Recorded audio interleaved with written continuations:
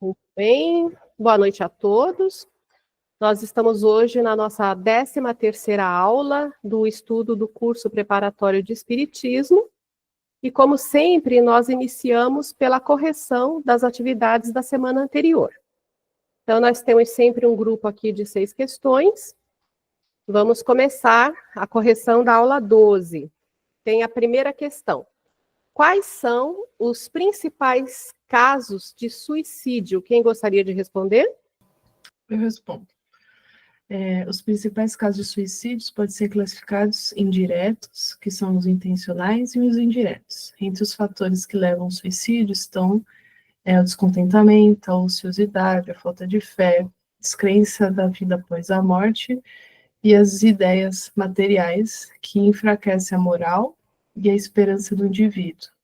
Também causam frequentes a vergonha por escândalos, perdas afetivas, diagnóstico de doenças graves, né, como câncer, enfim, alguma doença terminal, orgulho e até mesmo os vícios, né, o álcool, bebidas, drogas, que comprometem a saúde e a integridade física e espiritual da pessoa.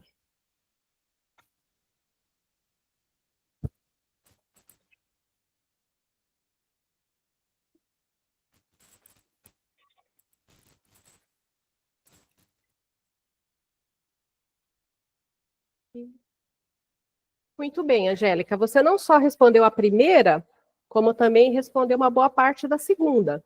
Então que bom. Parabéns. A segunda questão é: quais as principais consequências do suicídio? Quem gostaria? Eu coloquei assim, Irene, ó, que o suicida não pode escapar o desapontamento. Coloquei só essa parte, sim. A Angélica falou bastante a respeito dessa segunda, né? Eu coloquei a minha de acordo com o que está lá no nosso PDF, então eu vou ler só para formalizar. A causa mais comum a que o suicida não pode escapar é o desapontamento, conforme o Livro dos Espíritos, questão 957. Ou seja, o indivíduo chega a um resultado muito diverso daquele que imaginava atingir com seu gesto tresloucado. O efeito mais grave do suicídio vem a ser o lesionamento do corpo espiritual, com a persistência mais prolongada e mais tenaz do laço que liga o espírito ao corpo. Esse fato prolonga igualmente a perturbação espiritual, provocando a ilusão de que o espírito ainda se encontra no número dos vivos. Por isso também, alguns podem ressentir-se dos efeitos da decomposição de seu corpo, devido à sua falta de coragem, e por uma espécie de apego à matéria. Então, como vimos na aula passada, vejam quantas e graves são as consequências do suicídio. E que essas consequências podem perdurar por muitas outras encarnações, de acordo com o móvel e com o método que a pessoa usou para colocar fim à vida, né? Isso pode lesionar tão seriamente o perispírito que forçosamente serão obrigados a ter várias encarnações com algum tipo de lesão no corpo, ou às vezes até um natimorto, para que gradativamente o perispírito seja refeito através da composição de um novo corpo, mesmo sendo intrauterino. Então, o suicídio é uma das principais, digamos assim, ofensas, né, a Deus, que é o desprezo da vida que recebemos. A questão número 3, quais os antídotos mais eficazes para evitar o suicídio? Quem gostaria? Eu respondi assim: a evangelização através da prece e o trabalho. Muito bem. Está bem sucinto, mas é isso mesmo. Eu coloquei, em primeiro lugar está a prece, que restaura o bom ânimo e a vontade de realização. O trabalho, em segundo lugar, que ajuda a vida a escoar-se mais rapidamente, sem maiores turbulências, ajudando o homem a suportar suas vicissitudes com mais paciência e resignação, sem queixas. A gente sempre que jovem se queixa de ter a obrigação de trabalhar, né? Mas vocês veem que o trabalho é uma ferramenta maravilhosa para a vida da gente. Agora temos aqui a quarta questão. Quem são os aflitos bem-aventurados a que Jesus se refere nos evangelhos? Quem gostaria? Eu respondo. Eu coloquei assim. Mas me perdi aqui. Achei.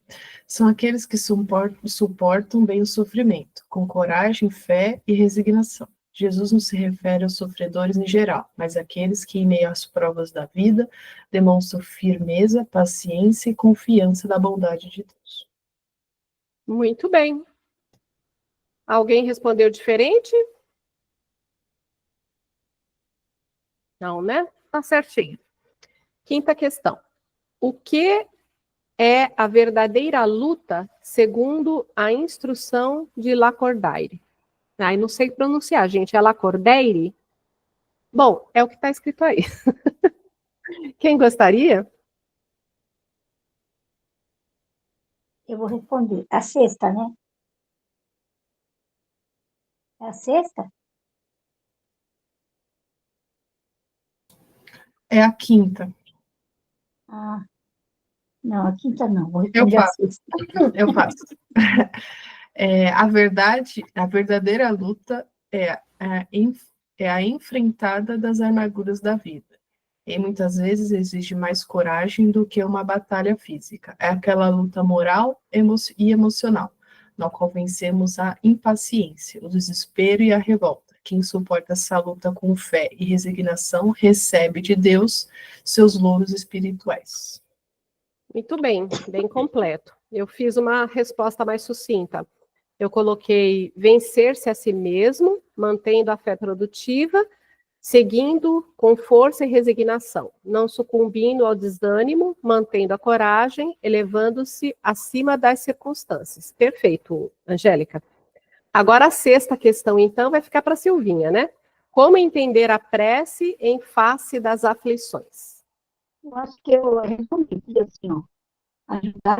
Ajuda a dar coragem e força para prosseguir. Só coloquei isso.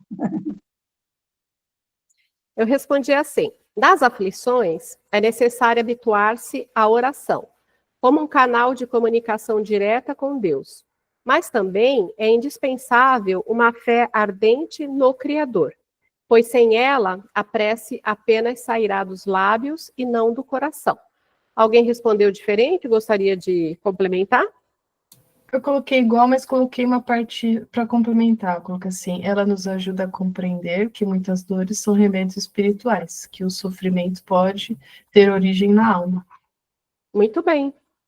Com isso, nós terminamos as 6 questões da aula anterior. Alguém tem alguma dúvida, gostaria de fazer alguma colocação, perguntar algo a respeito dessas 6 questões? Fique à vontade.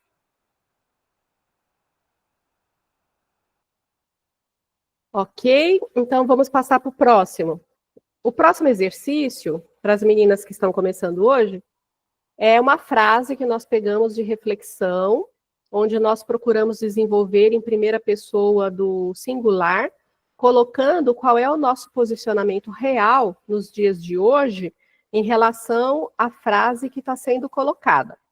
Essa é um exercício que eu chamo de exercício de reforma íntima, porque ele nos leva a fazer uma reflexão mais profunda cada vez que nós nos deparamos com a circunstância e temos a necessidade da colocação em primeira pessoa. Você afirmar eu, ao invés de nós. Você dizer eu faço, ao invés de a gente faz, como muitas vezes nós colocamos, até que automaticamente, para não estar assumindo em primeira linha aquilo que nos é enfrentado. Então, como geralmente é uma coisa pessoal, pode ser enviado no privado, que eu respondo, como também, se alguém se sentir à vontade, pode estar falando abertamente aqui. E eu tenho observado que tem muita gente que mandava e não está mandando. Seria bom retomar. É interessante fazer o exercício. E a frase da semana passada é: toda vez que criticamos alguém, estamos moralmente na obrigação de fazer melhor que esse alguém a tarefa em pauta, extraído do livro Sinal Verde, lição 36, tema da crítica, página 88. Alguém gostaria de fazer a colocação aqui, ou os que entregarão será no privado? Eu faço. Coloquei assim: várias vezes me pego tendo pensamentos de julgamento, seja no trânsito, faculdade, com pessoas próximas, desde situações banais ou até coisas mais sérias, como pontos divergentes, assuntos diversos, né? Percebo quanto esses pensamentos acabam surgindo com facilidade, né, no meu dia a dia, muitas vezes. Eu tento me policiar constantemente, frear esses pensamentos, na medida que eu lembro também, né, porque às vezes parece que vem no automático, porque eles não acrescentam em nada, né, e eu acredito também que não é a forma correta de agir, de fazer com as pessoas também, até porque eu não gostaria que fizesse comigo.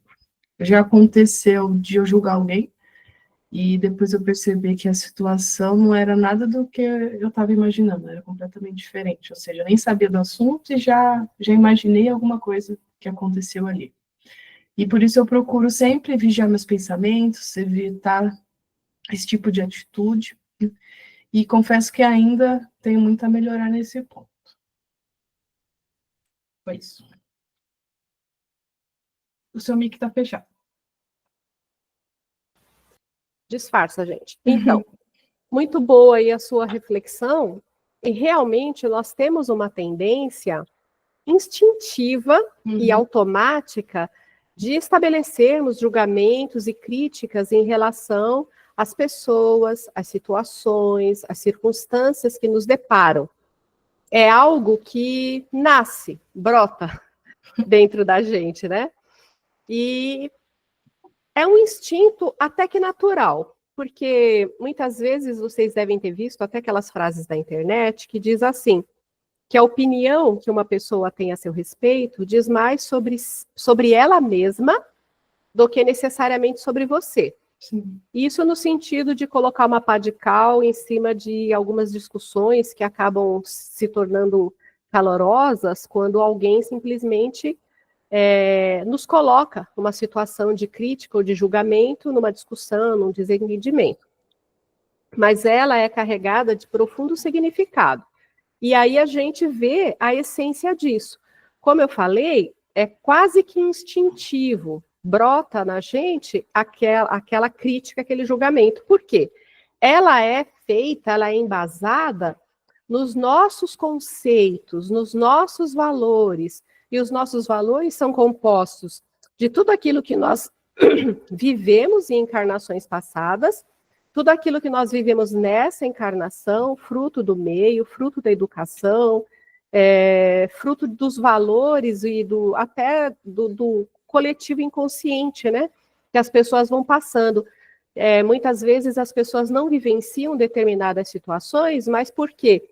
Foi passado para mim, através da minha mãe, que passou através da minha avó, que determinadas circunstâncias funcionam dessa forma, eu tomo aquilo como uma verdade dentro do meu conceito de educação e me ver livre depois dessas crenças que são colocadas profundamente na nossa primeira infância, principalmente, é algo que demora, que demanda um certo tempo e que tem que ter o nosso exercício de reforma íntima, que é isso que nós procuramos fazer, essa conscientização através desses exercícios nessas frases. Então, essa ação quase instintiva que aparece, ela é fruto de nós mesmos, em relação ao outro. É por isso que quando você, Angélica, se deu conta da situação, que era diferente, que não era aquilo que você pensou, é porque você teve um contato com a realidade e teve o discernimento e a sabedoria de retificar aquilo que você pensou num primeiro momento. Sim. E dá até sentimento de culpa, dependendo do que é, né? Você se sente culpada. Isso é sinal, assim, de um certo arrependimento, que é já 50% do nosso caminho percorrido. Mas é aquilo que nós sempre falamos, né? Nós damos hoje o fruto do estado de consciência que temos. amanhã, ou até na hora seguinte, ou mesmo ao final dessa aula, determinados aspectos nós teremos olhado de forma diferente e poderemos ter mudado um pouco o nosso olhar em determinadas circunstâncias. Então, o seu posicionamento daqui 1 ou 2 horas pode ser diferente do que você teve nesse momento.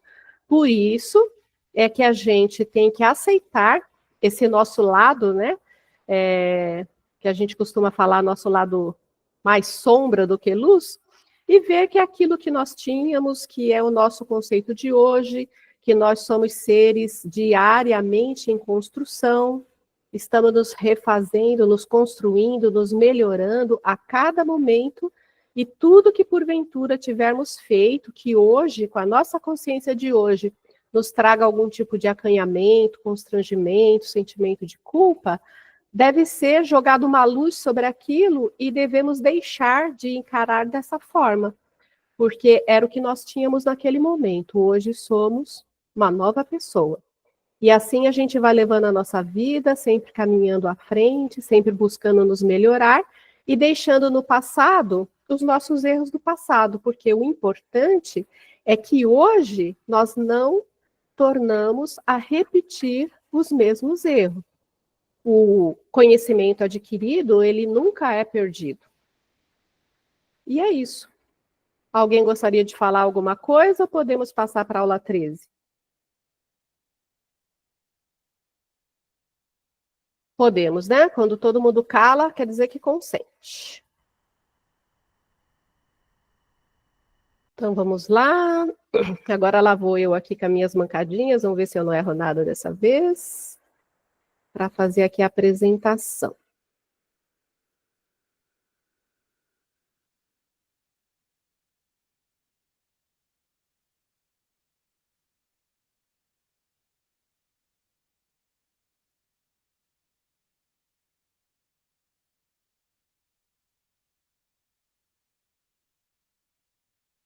Então, tá aí a apresentação com tela para vocês, né?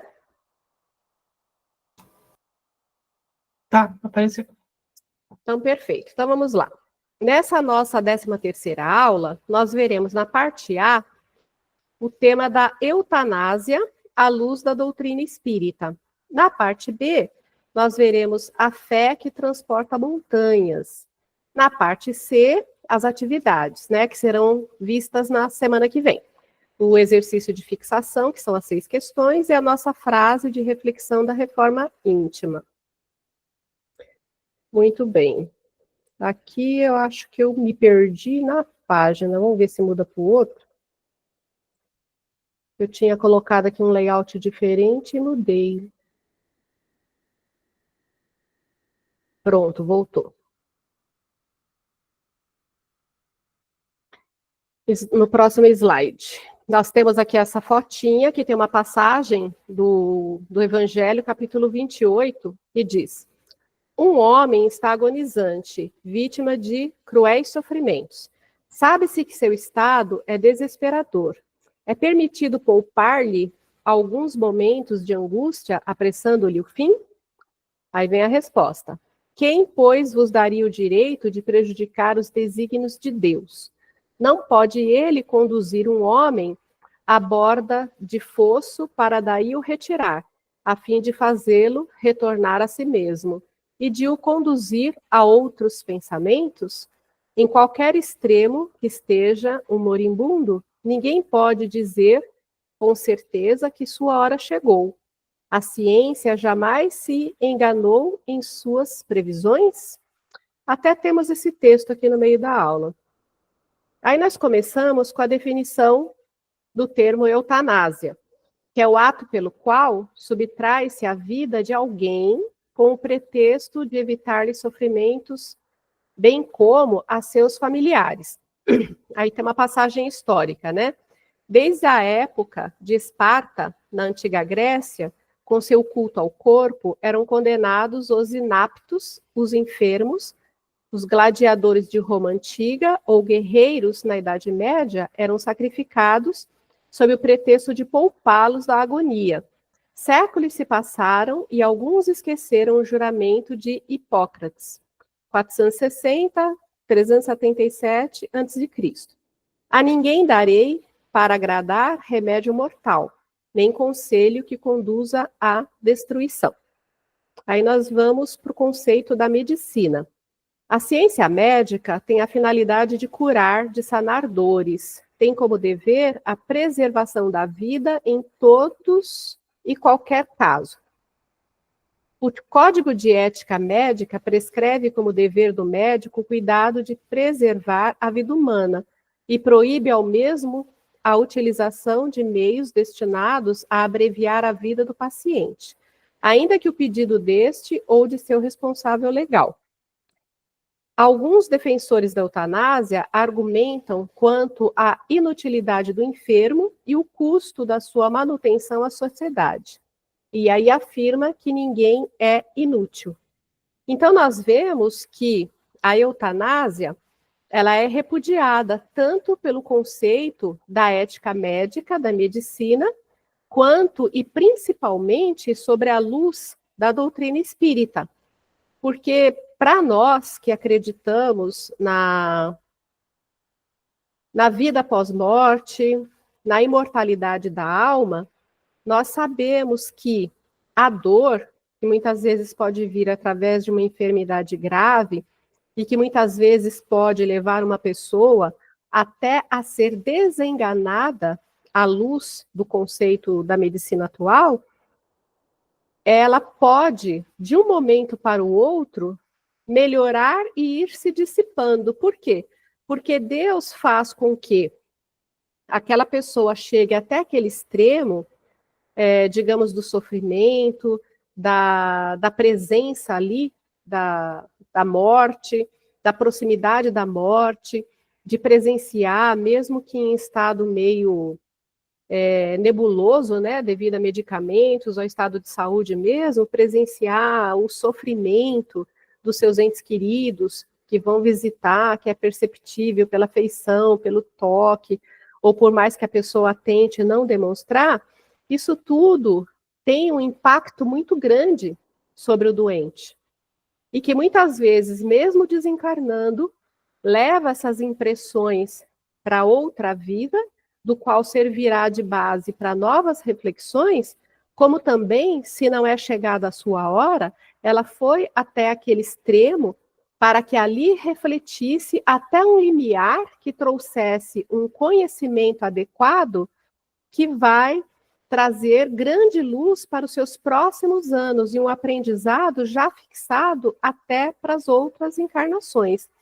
Então é por isso que, sob a luz da doutrina espírita, a eutanásia e qualquer tipo de brevidade, no sentido de abreviar o sofrimento de alguém, não é aceito. Porque muitas vezes, se há abreviação de uma semana, um dia ou 2 dias, você deixa de permitir que a pessoa tenha um aprendizado que ela levará, talvez, mais alguns anos de uma outra encarnação para adquirir, enquanto ela já estava ali no limiar daquele aprendizado. Então, a eutanásia nunca será bem-vinda aos olhos do Espiritismo. Aí, no próximo slide, todos temos responsabilidades quanto à preservação da vida dada por Deus, né?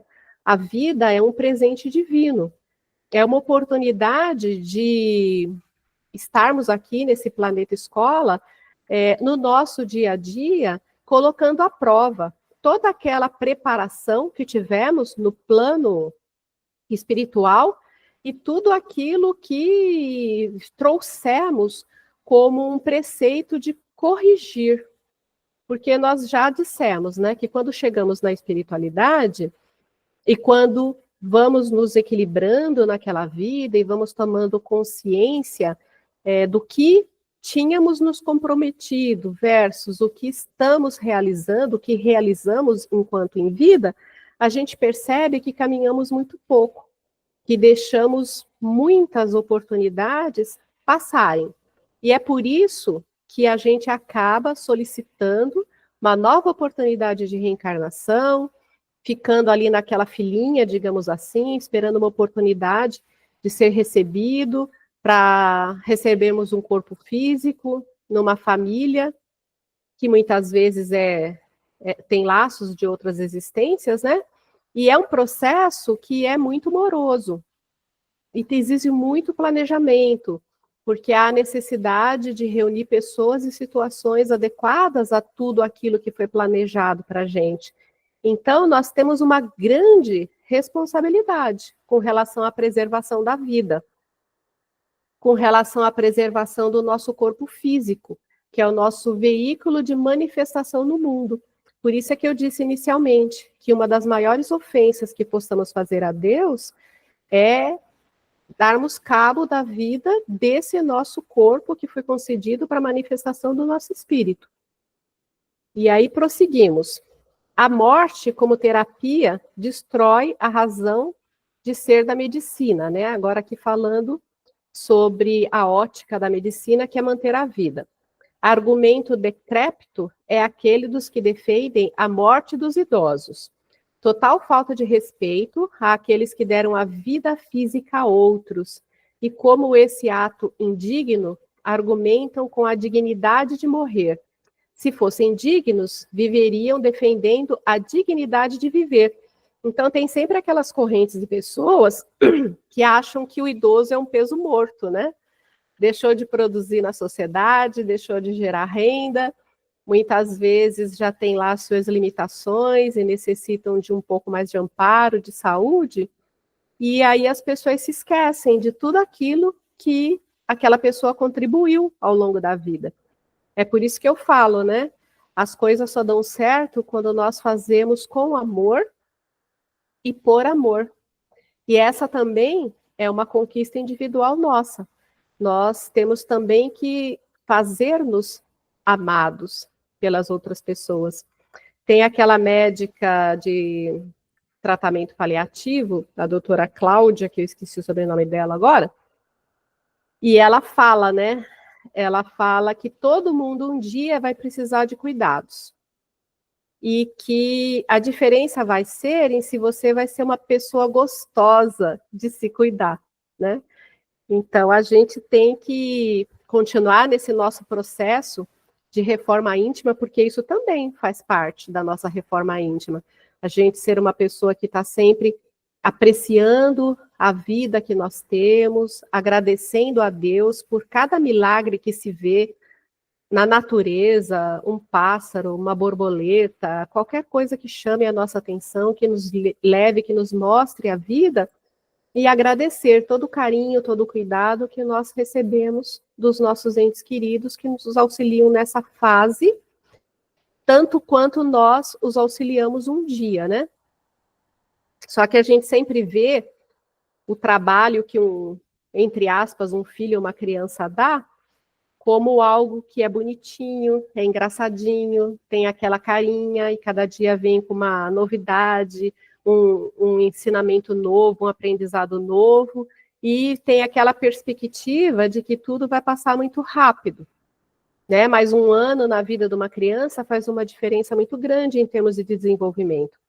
E já as pessoas que são pró aí de que as pessoas idosas teriam que ter mais dignidade para morrer, elas vêm exatamente pela linha contrária, né? Com o passar de um ano, a fragilidade vai se tornar cada vez maior.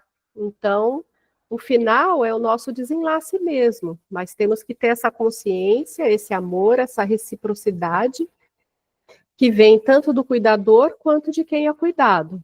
E é como diz aqui, que se as pessoas pensassem realmente na dignidade como pessoas dignas, viveriam defendendo a dignidade de viver, que é o que nós acabamos de relatar. E aí, na sequência, como definir a morte? Nas últimas décadas, mudou-se a maneira de considerar a morte.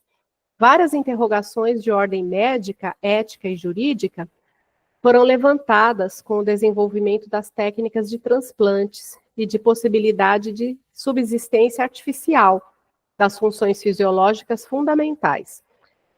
A antiga concepção da morte, entendida como um momento preciso de trespasse, e hoje interpretada como desintegração de um indivíduo, que se realiza em vários níveis e em várias etapas. Daí a dificuldade de encontrar sinais clínicos seguros de falecimento. A passagem à vida, à morte, envolve uma série de acontecimentos. Não é uma mutação instantânea. Após discussões éticas e estudos técnicos, concluiu-se que a morte encefálica é o critério para a caracterização e constatação da morte do indivíduo.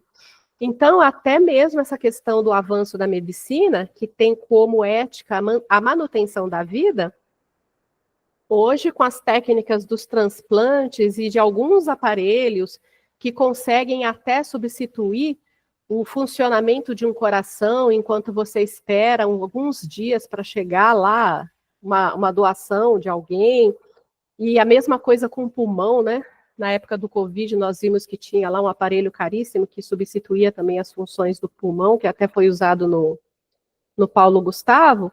Então, tudo isso vem a colaborar de que a vida, a manutenção da vida deve ser mantida até que realmente não exista mais possibilidade nenhuma de se mantê-la, né? Mas devemos lutar por ela até o último instante. Aqui no quarto slide, já entramos no assunto da desencarnação propriamente dita. Mas a desencarnação significa o desligamento do espírito daquele corpo em processo mortal, podendo acontecer desde momentos antes da consumação do óbito até tempos depois, como em caso de suicidas. E a doutrina espírita vem nos ensinar questões de maior importância. Então, aqui está explicando, né, que a desencarnação é o desligamento do espírito daquele corpo em processo mortal. E ele pode acontecer um pouco antes da consumação do óbito, né? Quando a gente ouve falar que algumas pessoas, quando vai passar por uma morte trágica, ela pode ser retirada alguns segundos antes do impacto, digamos assim, para que não sofra aquele trauma, para que não passe por aquelas circunstâncias. Ou até tempos depois, como é o caso dos suicidas, que nós conversamos na outra aula, que a pessoa tira a própria vida e o desapontamento é a primeira coisa que acontece, porque fez com o intuito de se libertar de uma circunstância, de uma situação, de um problema, e se depara com o fato de ainda sentir-se vivo, de ainda sofrer toda aquela problemática que o levou àquele ato extremo, acrescido de muitas outras dores, né? Porque causa um desequilíbrio mental, onde aquele processo, aquele momento em que realmente se deu o cabo da vida por sua vontade, ele se repete como num looping, causando muita dor, causando muito sofrimento, atraindo entidades que já nos identificam em processos obsessivos, ou até mesmo aquelas que têm afinidade com a própria dor do suicídio e que já se habituaram um pouco a esse processo, que ficam felizes de ver que tem mais um ali entre eles, passando por aquela situação inicial que eles passaram em algum momento. E é realmente uma representação do inferno. Para quem teve a oportunidade de ler aquele livro da Ivone, cujo título é Memórias de um Suicida, ele retrata bastante todo esse processo. É um livro, assim, um pouco forte.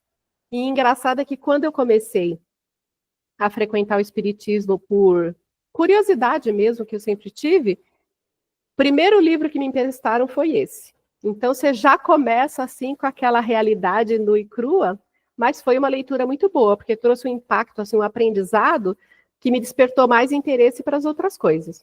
Sim, ele traz bastante conteúdo, não só na parte do suicídio, mas a questão do sentimento, das relações que ele tinha do passado, como que ele como é que fala?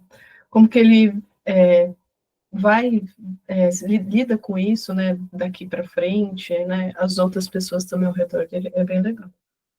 Angélica, foi bom você ter feito esses comentários, porque eu li esse livro, eu acho que quando o Daniel tinha uns 2 aninhos. Você, pelo visto, leu recentemente, né? Eu li faz uns 4 meses, eu acho, faz pouco tempo. Tá, é uma boa leitura, para quem quiser. Então, vamos continuar. Assim, não é a partida do espírito. Cada espírito é sempre o mesmo indivíduo antes, durante e depois da encarnação, sendo esta apenas uma fase da sua existência. Em O Evangelho segundo o Espiritismo, capítulo 5, item 28, Allan Kardec recebe de São Luís a resposta à pergunta: um homem agoniza, presa de cruéis sofrimentos. Sabe-se que seu estado é sem esperança. É permitido poupar-lhe alguns instantes de agonia, abreviando-lhe o fim? Mas quem vos daria o direito de pré-julgar os desígnios de Deus, que é o que está colocado naquele quadrinho inicial da nossa aula? Não pode ele conduzir um homem até a beira da sepultura para, em seguida, retirá-lo com o fim de fazê-lo examinar-se a si mesmo e modificar-lhe os pensamentos? A que extremos tenha chegado o moribundo, ninguém pode dizer com certeza que chegou à sua hora final, que é o que nós discutimos nos slides anteriores. A ciência, por acaso, nunca se enganou em suas previsões? Bem sei que há casos em que se pode considerar com razão como desesperados, mas se não há nenhuma esperança possível de retorno definitivo à vida e à saúde, não há também inúmeros exemplos de que no momento do último suspiro, o doente se reanima e recobra suas faculdades por alguns instantes?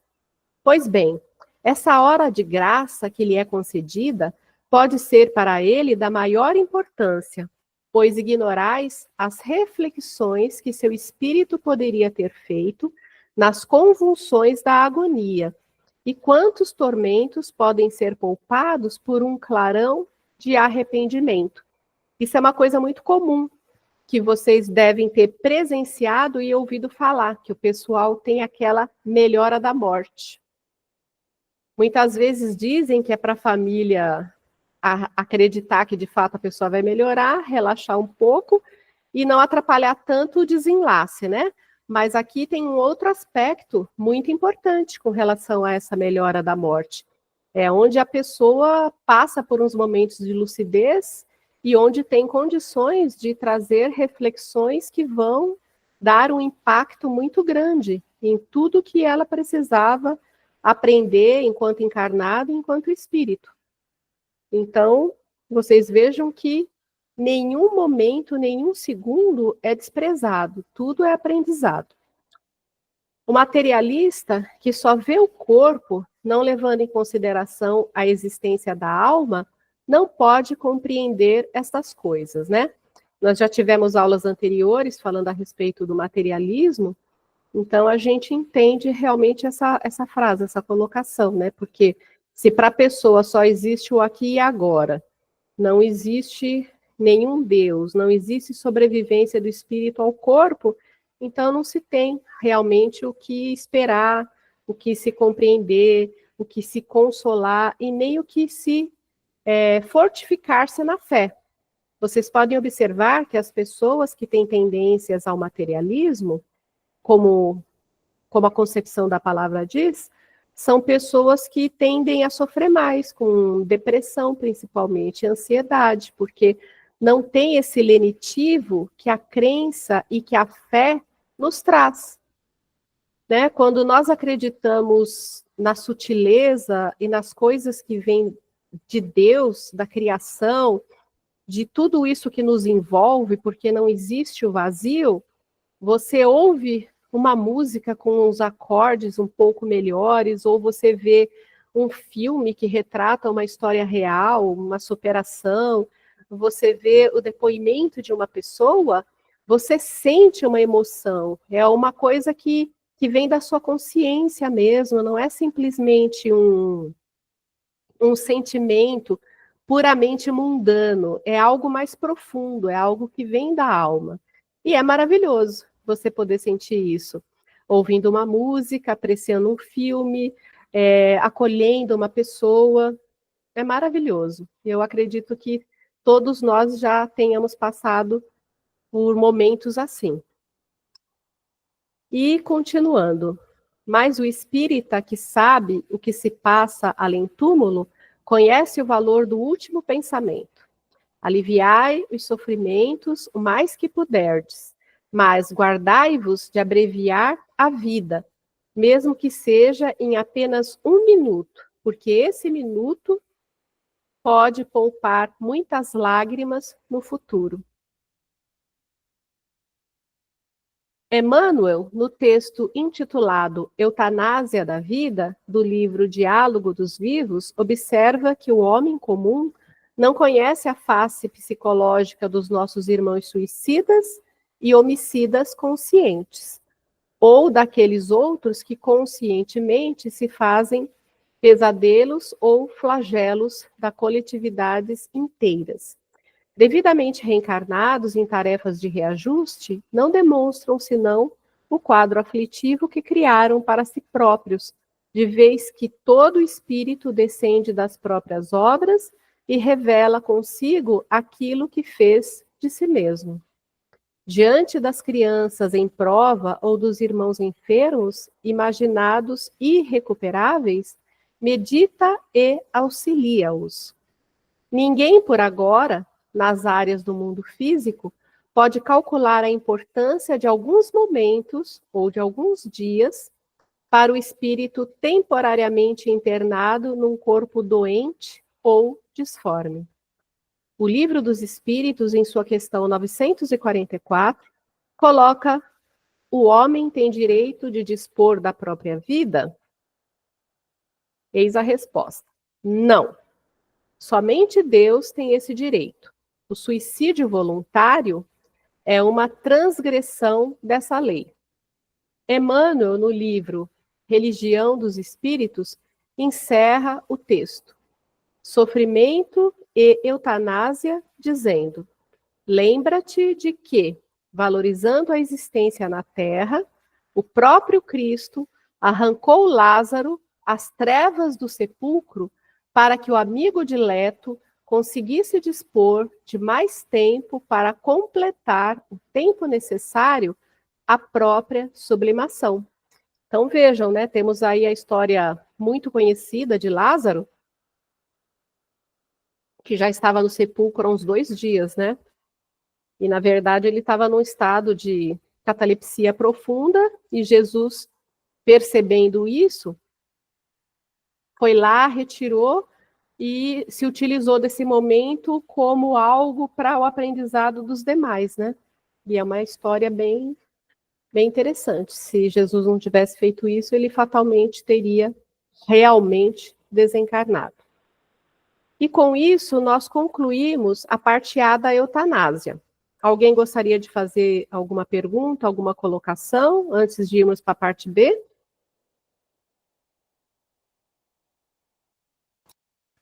Eu tenho uma. Pode falar. Não sei, é confusa. Por exemplo, temos o livre-arbítrio. Eu não teria o livre-arbítrio de fazer eutanásia, então, nesse caso? Sim, você tem o livre-arbítrio para você usá-lo conforme o seu bel prazer.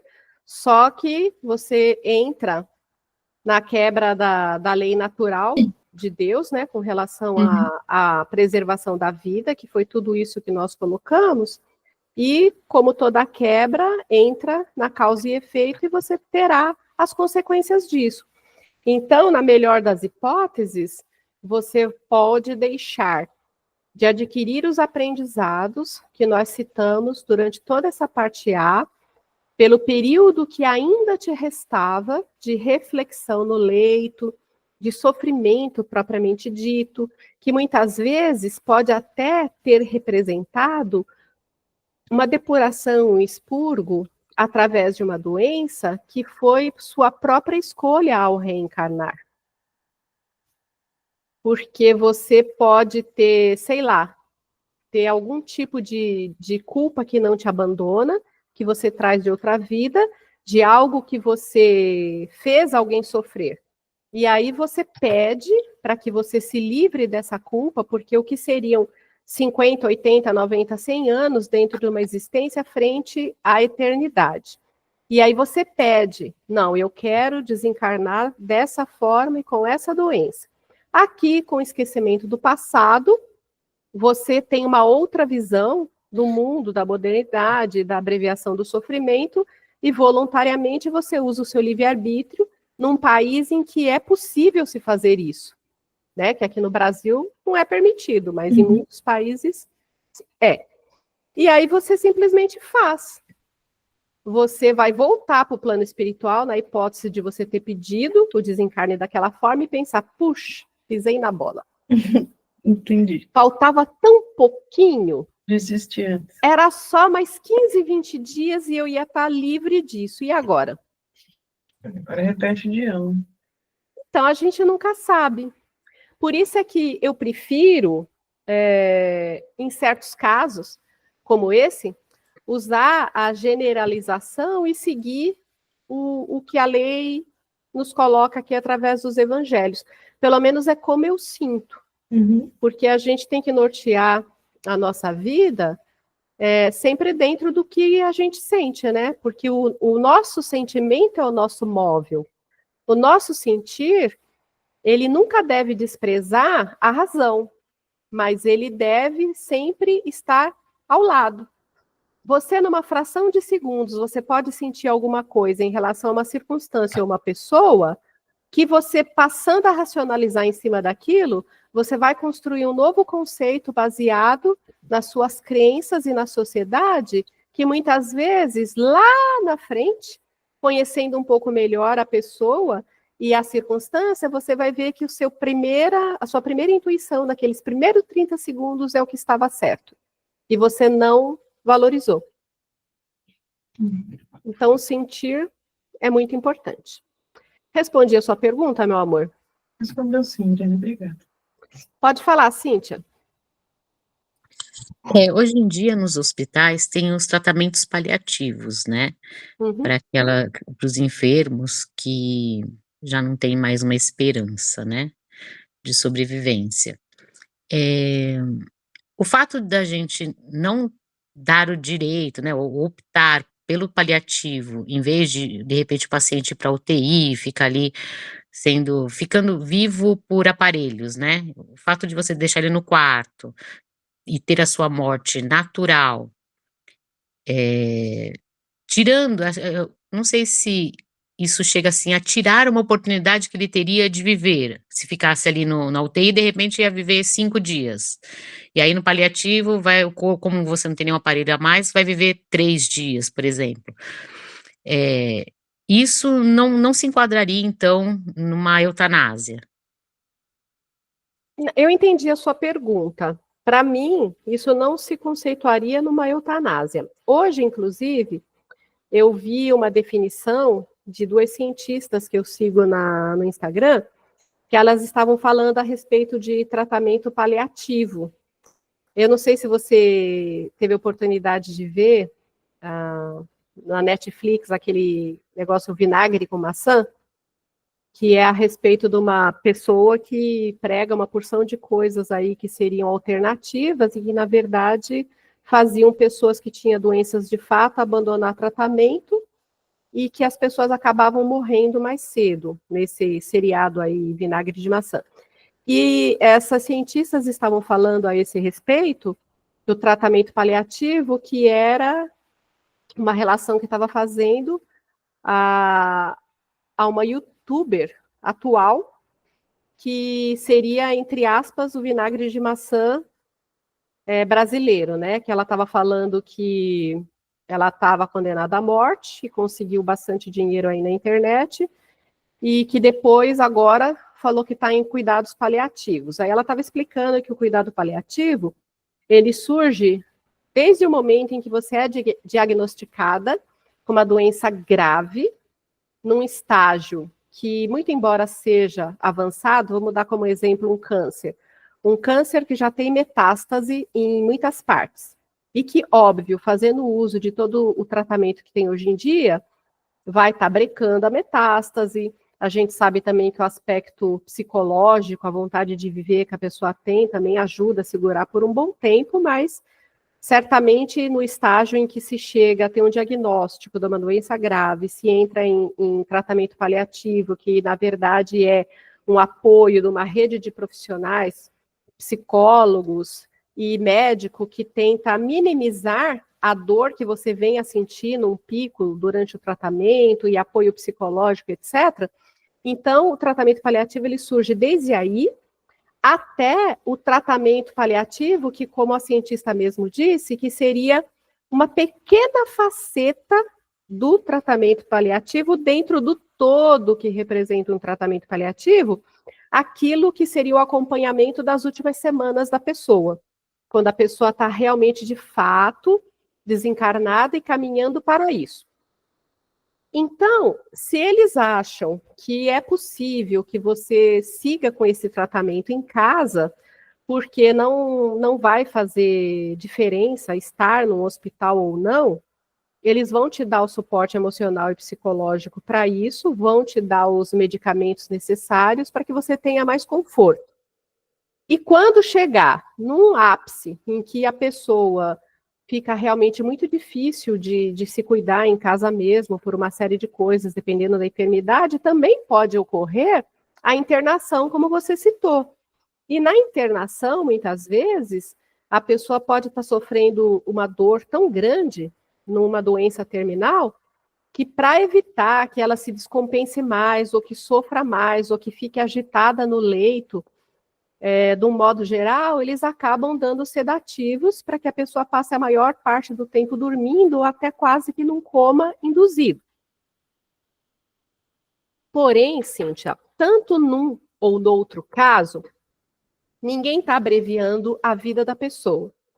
E mesmo que você esteja em coma, ou num processo de sedação muito profundo, o teu corpo está ali parado e inerte, mas o teu espírito, ele continua se manifestando, ele continua muitas vezes ali no entorno, ele continua em desdobramento, ele continua aprendendo e refletindo, porque você ainda está ligado no cordão do seu laço físico, né, que é aquele cordão de prata que dizem que todos nós temos e que no desdobramento ele se estende e nos acompanham. Então você está ainda encarnado, você está em aprendizado e seu espírito está ali, percebendo, vendo, muitas vezes ouvindo e refletindo sobre todas essas coisas que nós falamos, independente de estar sedado num leito de UTI ou de estar em casa num tratamento mais ameno, porque o desenlace vai ser mais fácil, entendeu? Entendi. Ninguém foi lá Irene, e cortou. tem É, até um filme, eu não vou lembrar o nome do filme agora, mas que a mulher tá em coma e aí estão prestes a desligar a máquina, só que o espírito dela, tipo, tá vivendo ainda. Como E se fosse a aí, primeira vez. ai, não sei qual é o É, nome, mas é um que aí o cara se muda, até, tipo, tira um apartamento dela, do aluguel, e aí um cara se muda pra lá e começa a ver a mulher, Ah, o sim, eu espírito assisti. da mulher. É muito legal. E aí ele que impede de desligar a máquina. Aí, no caso, ela foi em desdobramento e ele conseguia vê-la, né? E aí teve aquela interação e ele auxiliou. Mas é exatamente isso. O espírito, ele não fica inativo. Então, o aprendizado permanece. É isso mesmo, Cecília. E agora, se a gente, através da eutanásia, deliberadamente vai lá e fala, não, a Cíntia está sofrendo muito, vamos acabar com isso. Aí é cortado esse cordão, você não está mais encarnada, o seu espírito vai se desprender do seu corpo, né? Você vai ser socorrida, vai para o hospital na espiritualidade, mas deixou de vivenciar aqueles últimos instantes, aqueles últimos aprendizados. E muitas vezes são horas e dias de coisas que você, saudável, levaria anos, ou até uma encarnação, para cair a ficha. Respondi sua pergunta, Cíntia? Então, só uma coisa que eu percebi que eles fazem no paliativo é que, assim, se o paciente tá no processo, né, de morte, infelizmente já não tem mais como reverter. O que eles oferecem é assim, então, ó, se tiver uma parada, a gente não vai dar o choque. entendeu? Vai deixar o corpo da pessoa aí. Então vai deixando o processo acontecer naturalmente sem essa intervenção mecânica, né, de aparelhos. E é isso que eles oferecem, né, nesses casos. Não é só sob esse nome de tratamento paliativo, não. É duro para a gente ouvir, mas eu já ouvi isso também. Porque eles analisam que clinicamente, mesmo que eles fizessem uma reabilitação cardíaca, numa parada cardiorrespiratória, não adiantaria muito, porque o estado geral da pessoa está tão debilitado que os demais órgãos não vão dar essa continuidade. E em termos administrativos de hospital mesmo, eles veem que se eles te reabilitassem, provavelmente naquele mesmo dia ou dali algumas horas, você teria novamente uma nova, ou que os seus demais órgãos te descompensasse de uma tal maneira que fatalmente você morreria. Via de regra, é isso que acontece. Aí, eu quero crer, e acredito que como nada acontece por acaso, o plano espiritual, ele também tem conhecimento de que esse tipo de opção dentro de uma UTI vai ser abordada. E até o próprio familiar e a pessoa ali, se pudesse falar, não tinha como optar, né? Eles simplesmente dizem que não vão reabilitar a pessoa. E eu acredito que esse desfecho também é previsto. Da mesma forma, vou fazer uma comparação só para traçar um paralelo. Você pode ter gerado um filho pelas circunstâncias naturais, né? Pelo ato sexual, pela concepção através do encontro lá do espermatozoide do óvulo, tudo direitinho, como a maioria das pessoas e nós nascemos. E aqueles que foram fruto de inseminação artificial num laboratório, num tubo de ensaio, e os embriões que foram congelados? Será que Deus não prevê o avanço da medicina no sentido de beneficiar a maternidade? Será que esses espíritos que estão ali, esses embriões que estão congelados, eles não têm um espírito destinado a eles? Será que eles vão sentir todo aquele frio do congelamento ou a diferença de uma fecundação num vidro, num laboratório e não naquele lugar adequado e quentinho que é o útero materno? Então são coisas que a medicina, a ciência avança. E a gente sabe que o tripé da doutrina espírita é ciência, filosofia e religião.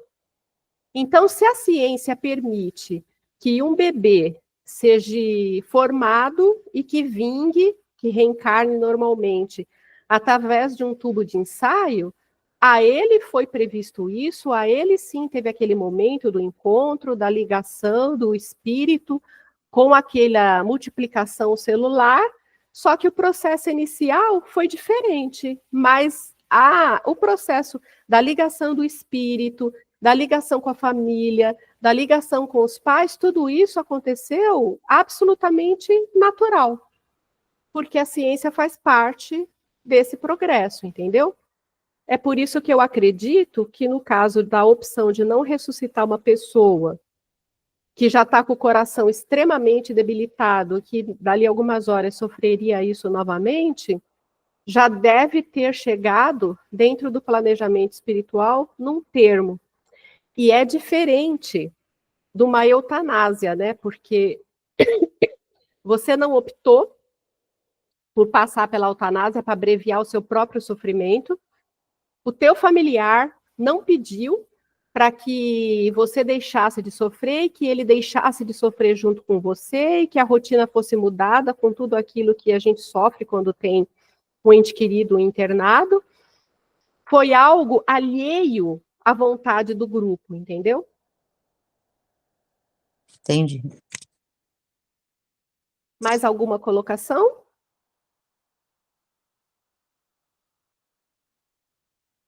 Podemos continuar, gente? Então, vamos lá.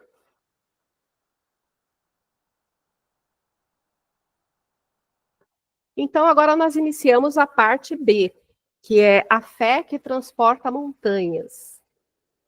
Aí nós temos aqui um quadrinho que está mostrando uma passagem que vai estar descrita aqui na nossa aula, quando Jesus liberta um rapaz obsediado de uma legião de espíritos, né? Então vamos ver. Quando voltou para onde estava o povo, chegou-se a ele um homem que, ajoelhando-se a seus pés, lhe disse: Senhor, tem piedade de meu filho, que é lunático e sofre cruelmente. Muitas vezes cai, ora no fogo, ora na água. Já o apresentei aos teus discípulos, mas eles não o puderam curar. Jesus respondeu: Ó geração incrédula e perversa, até quando estarei entre vós? Até quando vós sofrerei? Trazei-me aqui o menino.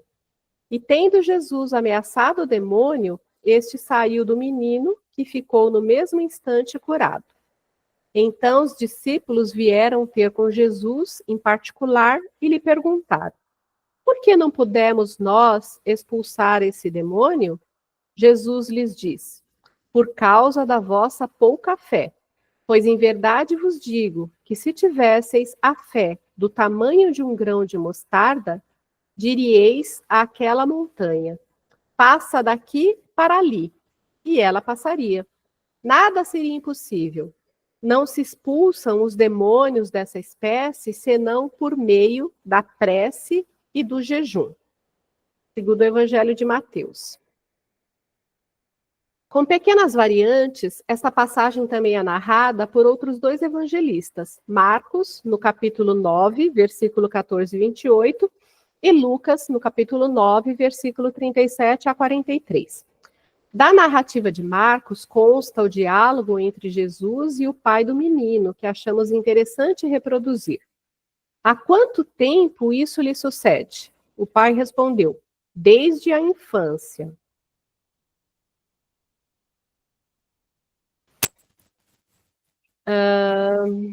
Desde a infância. Cadê? Me perdi aqui para tossir, peraí. Desde a infância. E o espírito que o tem, muitas vezes lançado ora à água, ora ao fogo, pode fazê-lo perecer. Se puderes alguma coisa, tem piedade de nós e socorre-nos. Jesus lhe disse: Se puderes crer, tudo é possível àquele que crê. Logo, o pai do menino exclamou, banhado em lágrimas: Senhor, eu creio, ajuda a minha pouca fé. Muitas vezes podemos encontrar nos evangelhos referências claras e precisas de Jesus ao poder da fé, sendo comum depararmos com expressões semelhantes a essa: a tua fé te curou. Parece-nos que o mestre dava por essa forma ensino e lições que deveriam ficar gravados na memória de todos os que presenciavam os fatos, além da séria advertência aos futuros seguidores. Recordemos ainda que Jesus afirmou aos apóstolos: Quem crer em mim fará o que eu faço e ainda fará mais.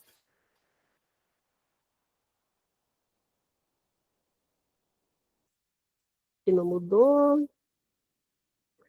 Da mesma forma, guardemos a observação feita por Jesus aos 12 discípulos, que ao repassarem pela primeira vez da missão que lhes fora atribuída, cheios de alegria diziam: Senhor, até os demônios se nos submetiam em teu nome. Recomendou-lhes então o Senhor que não se regozijassem por lhes estarem os espíritos submetidos, mas antes por estarem os seus nomes escritos nos céus.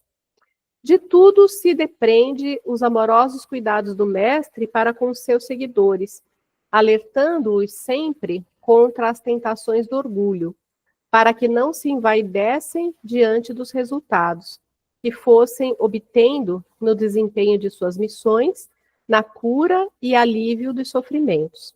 Invariavelmente, todas as vezes que realizava as curas, Jesus salientava a fé e a confiança daquele que recebia o benefício, e ao despeito das poucas curas levadas a efeito em sua terra, onde apenas curou alguns doentes, Jesus admirou-se da incredulidade deles.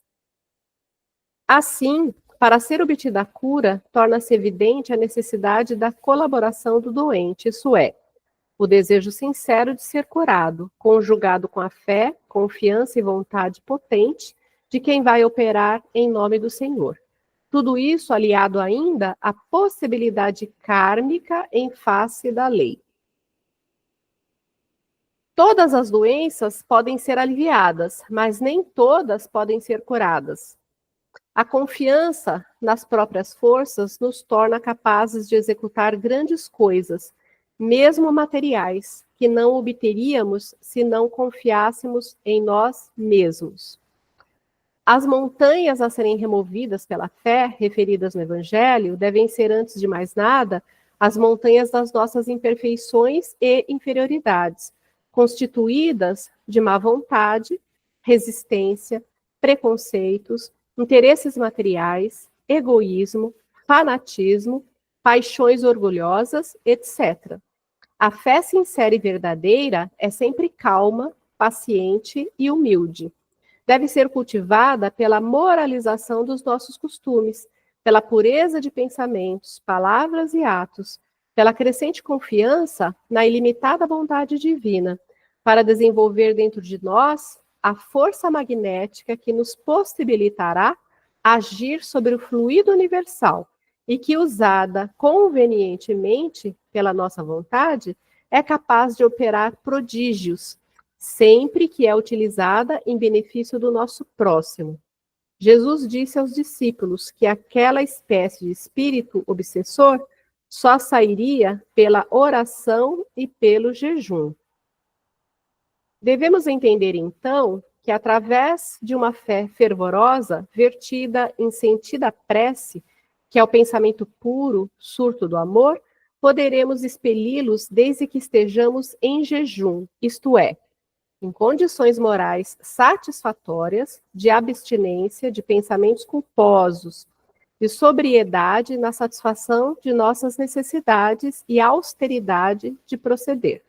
Nas palavras repassadas de sentimento daquele pai que, banhado em lágrimas, diz: "Eu creio, Senhor, ajuda a minha pouca fé", podemos sentir uma expansão de simplicidade e de humildade, pois certo do poder de Jesus para lhe atender a súplica, não se sentia ele próprio bastante forte na sua fé para merecer tal graça.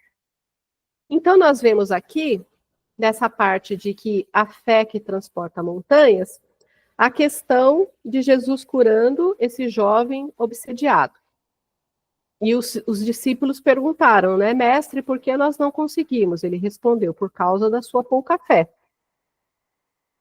Então, Jesus tinha uma autoridade moral muito grande, isso a gente nem precisa dizer, né? Então, quando ele chegou no rapaz e ordenou que o espírito, que a legião o abandonassem, eles simplesmente fizeram.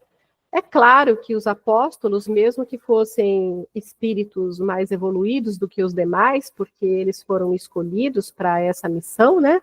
E durante a encarnação deles, naquela época, eles enfrentaram grandes testemunhos, eu digo até que vivenciaram muito mais a fé pós-falecimento de Jesus do que enquanto Jesus estava entre eles, né?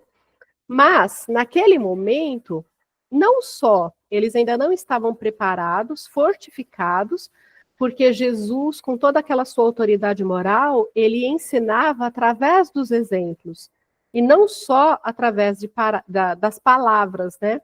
Apesar dele ensinar por parábolas, e só para aquele grupo seleto ele poder explicar um pouquinho mais, ele vivenciava todos os seus ensinamentos. Então, ele era um livro vivo. Onde ele ia, onde ele procedia, onde ele falava, a energia que ele emanava, tudo vinha em ressonância com aquilo que ele pregava. Então, não tinha mesmo o que contestar. Já os apóstolos, eles ainda eram um pouco vacilantes. Eles ainda duvidavam. Alguns achavam até que Jesus tinha que ser aquele rei que veio para colocar ordem, para favorecer os humilhados, para deportar as outras pessoas que estavam no posto, e não era essa a missão, o reino dele, como ele dizia, não era desse mundo. Então, tudo isso fazia com que eles não tivessem a mesma autoridade moral que Jesus tinha para operar aquele processo obsessivo tão complexo.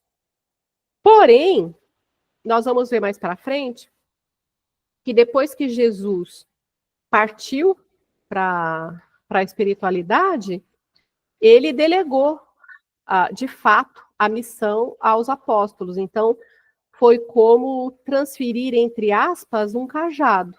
E a partir dali, os apóstolos conseguiram operar muito mais. Porém, nesse ensaio em que eles estavam conseguindo operar um pouco mais, pelo fortalecimento da fé, eles voltavam, quando nós vimos nos slides anteriores, felizes, porque eles estavam conseguindo fazer diferença. E Jesus alertava que não era para deixar a vaidade e o orgulho expandir no coração deles, porque isso era contrário a toda a missão que tinha sido desenvolvida. Então, eles constantemente estavam sendo levados a lembrar da reforma íntima, da questão de viver de acordo com aquilo que Jesus estava ensinando. E é por isso que eles ainda demoraram um pouco para poder realizar esses prodígios. E até como foi dito aqui, que aquele processo obsessivo só seria possível, né, com oração. Como a gente sabe, a prece sentida de coração, ela realmente alcança as esferas espirituais. Nós já falamos isso várias vezes. Então, essa prece, ela dá esse magnetismo, ela dá essa consistência que nós vimos nos slides anteriores, falando a respeito da manipulação do fluido vital, mesmo que a gente não tenha consciência disso, e que estejamos trabalhando em favor do próximo, nós conseguimos, mesmo que inconscientemente, essa frequência, essa manipulação para agirmos em favor do nosso próximo, seja através de um processo obsessivo, seja através de um trabalho de cura espiritual, onde diz que, deixa eu ver se eu lembro aqui exatamente a palavra, né, que todas as doenças podem ser aliviadas, mas nem todas podem ser curadas, né? Porque algumas doenças elas servem de instrumento para que a pessoa opere em si as transformações que devem. E só pode ser curado quando isso não está envolvendo um processo kármico da pessoa, aqueles que realmente estão predispostos a serem curados. Até cita que Jesus não curava a todos. Com tudo que ele conseguia ver e enxergar na vida de cada um, ele sabia quem dentre os enfermos já tinha aprendido, entre aspas, com aquela enfermidade, no sentido de receber a bênção da cura. E ele sempre exaltava que a tua fé te curou. Ou seja, você se colocou em posição de ser curado. Você aprendeu através daquela dor, daquela enfermidade, e você se colocou em posição de ser curado através da fé, através da ressignificação de valores. Então, você praticamente se autocurou com o auxílio da magnetização de Jesus ou do tratamento a que você se recorreu. Então, a importância da nossa fé, essa fé que transporta a montanha, não aquela montanha física que a gente conhece, né, mas a montanha dos nossos problemas, das nossas adversidades, das nossas enfermidades, de tudo aquilo que compõe a nossa vida e que muitas vezes tira o nosso brilho, tira a nossa paz, tira o nosso sossego, mas quando estamos fortalecidos por essa fé, a gente transporta essa montanha, porque a gente se agiganta na nossa força, que a montanha se torna menor. E aí a gente consegue ver através dela. Através da montanha a gente enxerga aquele vale, aquela planície, aquela tranquilidade, aquela paz maravilhosa. E você sabe que é perseverar, persistir, viver um dia de cada vez, testemunhando essa sua fé, que você contorna essa montanha e alcança aquele vale. Então, é nesse sentido que a nossa fé transporta montanhas. E quando ele faz a simbologia com relação ao grão da mostarda, porque o grão da mostarda é a semente menor que se tem, e que depois se transforma num arbusto imenso.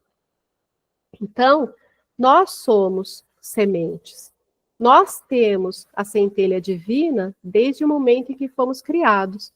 E nós temos que florescer, que crescer, que nos tornarmos essa árvore frondosa, através da nossa conquista individual, através do exercício da nossa fé, através da vivência do Evangelho, onde poderemos discernir aquilo que é bom e aquilo que não é tão bom, o que nos aproxima de Deus e o que nos afasta de Deus, e que possamos usar a nossa inteligência, o nosso livre-arbítrio para escolhas que venham a nos trazer um caminho tranquilo, uma linha reta, porque todos nós evoluiremos, cada um a seu tempo.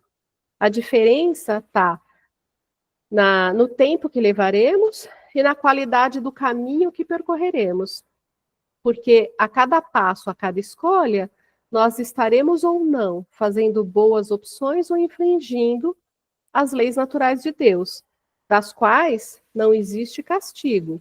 Existe apenas um resultado fruto daquilo que escolhemos e que estaremos sujeitos a esse resultado. Então é isso. Alguém gostaria de fazer alguma colocação ou pergunta com relação à parte B?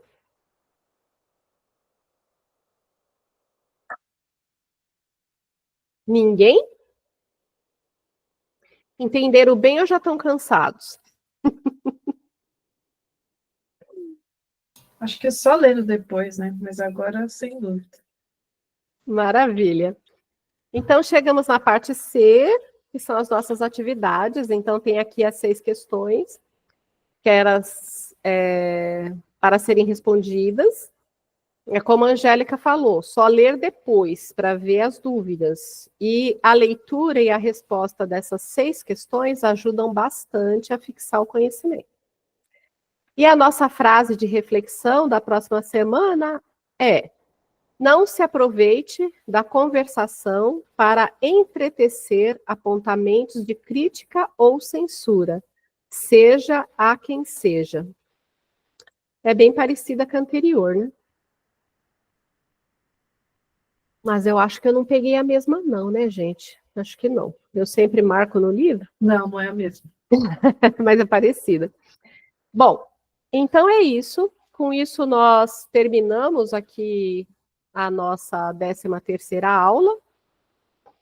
Deixa eu parar aqui a apresentação.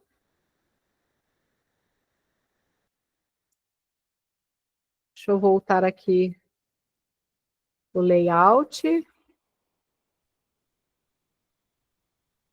para o mosaico. E mais uma vez eu gostaria de agradecer imensamente a presença de cada um de vocês, sem os quais não seria possível essa atividade. E, como sempre, grata, né? Conto com vocês sempre. Espero que as meninas que entraram agora tenham gostado. Se não tiverem se afinizado, também não tem problema nenhum, mas serão sempre muito bem-vindas, sempre que desejarem. E é isso. Se ninguém tem mais nenhum questionamento, nós podemos encerrar a aula com 4 minutinhos a menos. Olha, tá vendo que pontualidade maravilhosa? Vou encerrar aqui a gravação.